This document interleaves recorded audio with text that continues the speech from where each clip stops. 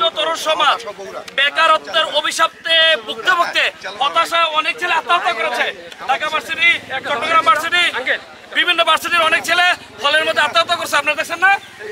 তো এখন আমরা চাই যে ভারতের 26 লক্ষ যারা নাগরিক বাংলাদেশে চাকরি করতেছে তাদেরকে সম্পূর্ণ বহিষ্কার করে আমাদের দেশের যারা শিক্ষিত তরুণ সমাজ আছে তাদেরকে চাকরি দেওয়া হোক।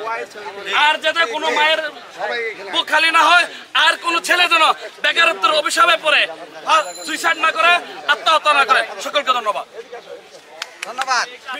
এখন যারা আজকে 16 বছর যাবত 17 বছর যাবত স্বৈরাচার খনি ফ্যাসিস্ট হাসিনা যেই তার মন মতো করে যেভাবে শাসন ব্যবস্থাকে কায়েম করেছে, একদম নিম্ন শ্রেণীর থেকে নিয়ে একবারে উচ্চ লেভেল পর্যন্ত, তো যারা আমাদের দেশের মধ্যে থেকে আপনার অর্থ কেলেঙ্কারি করেছে, আমাদের দাবি হচ্ছে, আমি বারে বারে বলেছি, যারা আমাদের অর্থনীতিকে বাংলাদেশকে দুর্বল করে দেওয়ার জন্য অর্থনীতি কালোবাজারি করেছে, যারা বড় বড় পদে আছে রাঘব বোয়াল, তাদের সম্পূর্ণ অর্থ যেখানে যেখানে আছে তাদের সয় সম্পদ সম্পূর্ণ সরকারিভাবে বাজেয়াপ্ত করে দেওয়া হোক এবং ওই সম্পত্তিগুলো দেশের অর্থনীতিতে কাজে লাগানো হোক। তাহলে আমাদের যে একটা অর্থমন্দা যাচ্ছে তা কাটিয়ে উঠতে পারবে ইনশাআল্লাহ।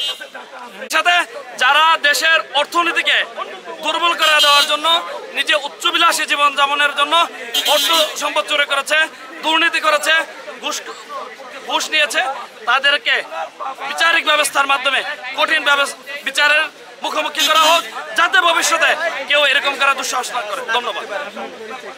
আমার নাম মাদানী শাহ।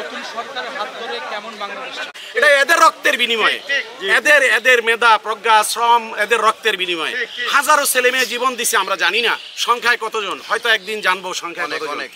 অনেক মেয়েদের ওইখানে অবদান আছে।